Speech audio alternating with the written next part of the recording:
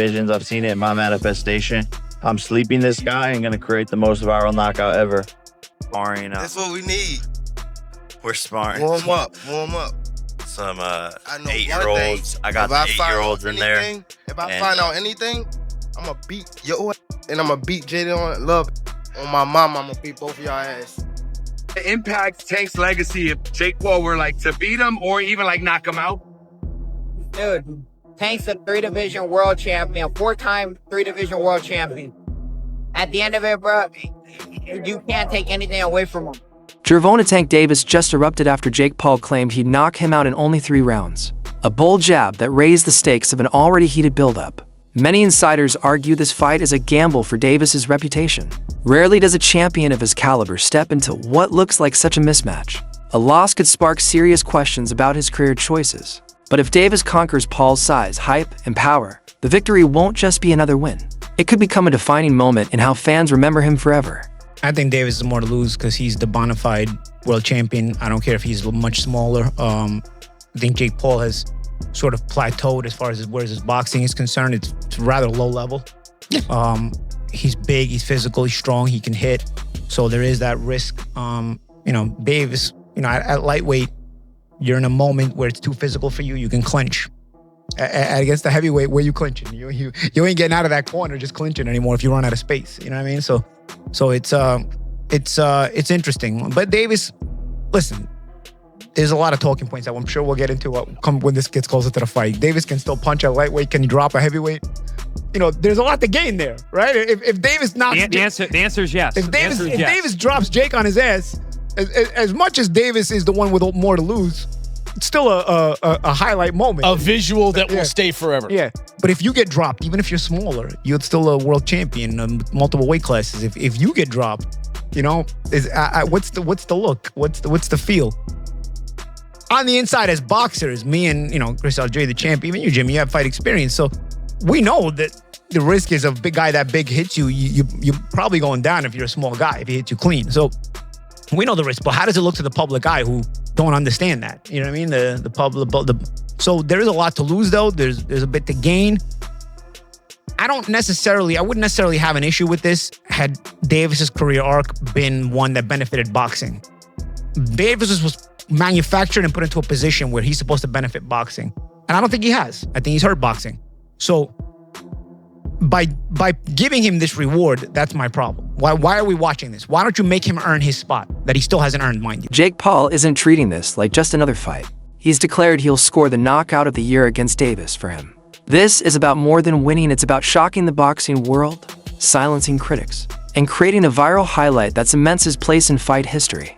By promising fireworks, Paul is betting on both his punching power and his flair for showmanship. Fighters, because this thing is going to be watched by hundreds of millions globally.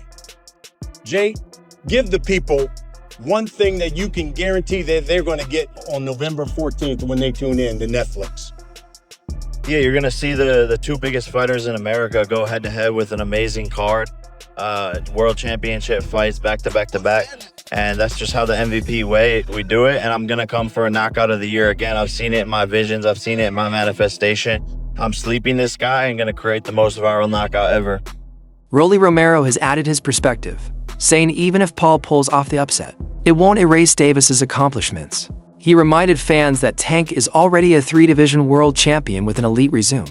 One loss, even by knockout, doesn't wipe away years of dominance. According to Romero, Davis's legacy is too strong to be tarnished by a single crossover fight.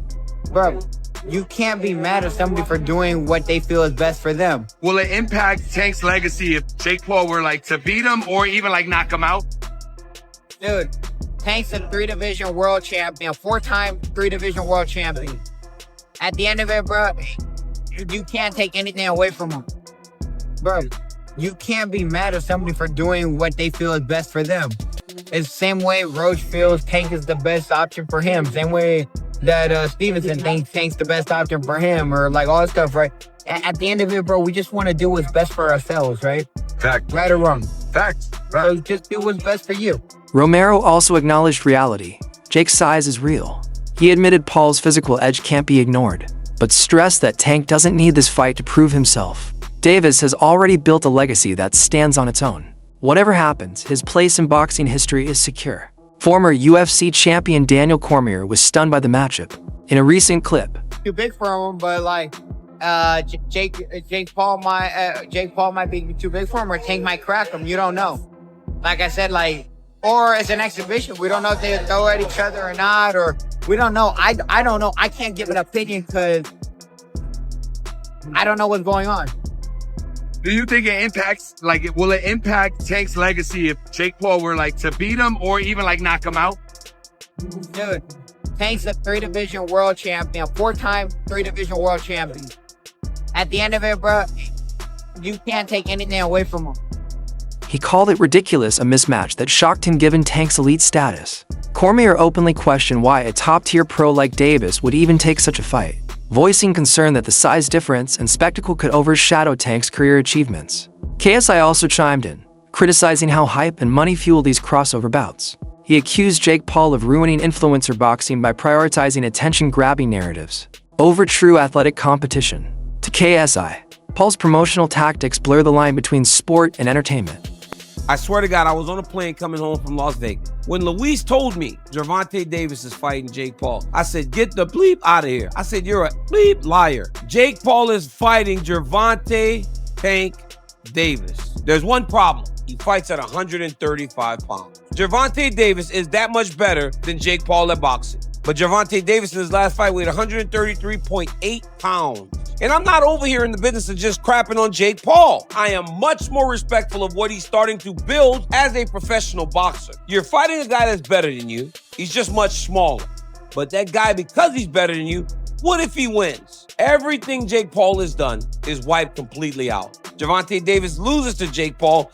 Obviously, it's going to hurt who Gervonta Davis is. But he lost to a guy that's going to be upwards of 70 pounds bigger than him when he steps into the boxing ring. But I will tell you this right now, without a shadow of a doubt, I will watch this. Tank Davis is 30-0-1. You want to talk about Jake Paul fighting a real boxer? That's a real boxer. You can't make this stuff up, man. It's true. They're fighting.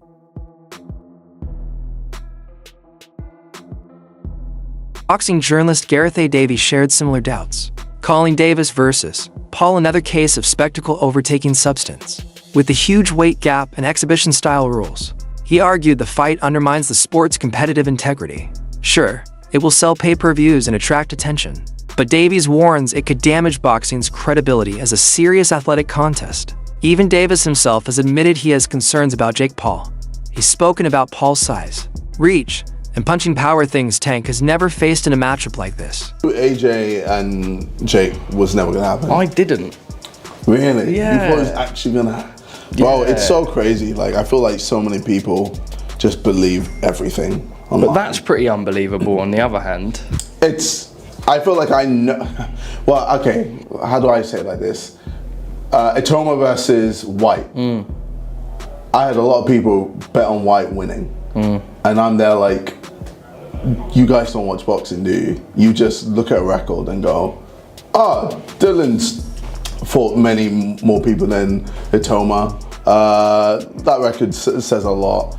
Itoma's like 18, not 18, Itoma's 20, inexperienced, one.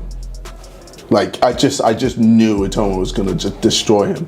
And I think a good fight for Itoma would be him and Wilder. Signed. I think we've gone out of the frying pan and into the fire because we thought we were going to get Jake Paul and Anthony Joshua very soon. We'll speak to Frank Smith about that in the next section, obviously. Eddie Hearn was teasing it to me personally last week. £80 million on the table for Anthony Joshua to fight Jake Paul. But 8 inches in height difference, 7 weight divisions between them. 5 stone, 70 pounds between them. It's a joke. It's a circus fight as opposed to a disgrace of a fight, which was Anthony Joshua and Jake Paul. At least you feel in this you've got quite a poor, very big one against a pound-for-pound, brilliant, unbeaten little un. And the little un who'll come up to his navel will hit him with a lot of body shots. I said in the week to Danny Kelly and Charlie Brooker that, do I mean Charlie Brooker? No, Baker. Charlie Baker. That Charlie Brooker's a different person altogether. That He'll be throwing the Superman punch, the leaping left hook. It's going to be a very odd thing. It's called, in inverted commas, an exhibition bout.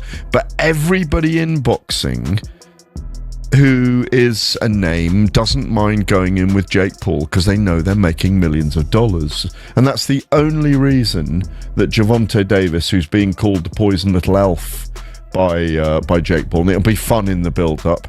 Everybody in boxing knows they're guaranteed to make millions of those silverbacks, those greenback notes that they give out in America, and they give them out for fun when Jake Paul fights. So he's not going to say no to it. But can you pick a winner in that fight? Anyone, anytime, any place, against all odds. And I like my odds. First, I'm going to kill David. Then I will go on to slaughter Goliath. Okay, so you have to think that the last one, first I'm going to kill David, referring to Gervonta Davis, and then he's going to go on and slay Goliath, referring to Anthony Joshua. Yeah. And he's going to go and fight a 140er, and then move up 135er, and then move up and fight a heavyweight. So the lowest he's been, I went through all the fights. For his first two fights, his first two pro fights, he was 175. Now this is all the way back in 2020 against Nate Robinson. Since then, the lowest he's been, as you said, was like the 185 around the Nate Diaz fight, and also for Tommy Fury. I wonder if Jake can get down to that weight anymore. But regardless of Jake's weight, I can't fathom how Tank Davis would be anywhere in the realm of what he would be. Like, it just, he won't even be in earshot of what Jake Paul is going to be. He respects Paul's toughness and unpredictability, but vows he'll adapt. When the bell rings on November 14th, supporters of the fight argue that this crossover represents the new era of boxing. Jake Paul brings in millions of younger fans through social media, while Gervonta Davis represents raw, authentic fighting spirit. Together, they embody boxing's collision between tradition and modern spectacle.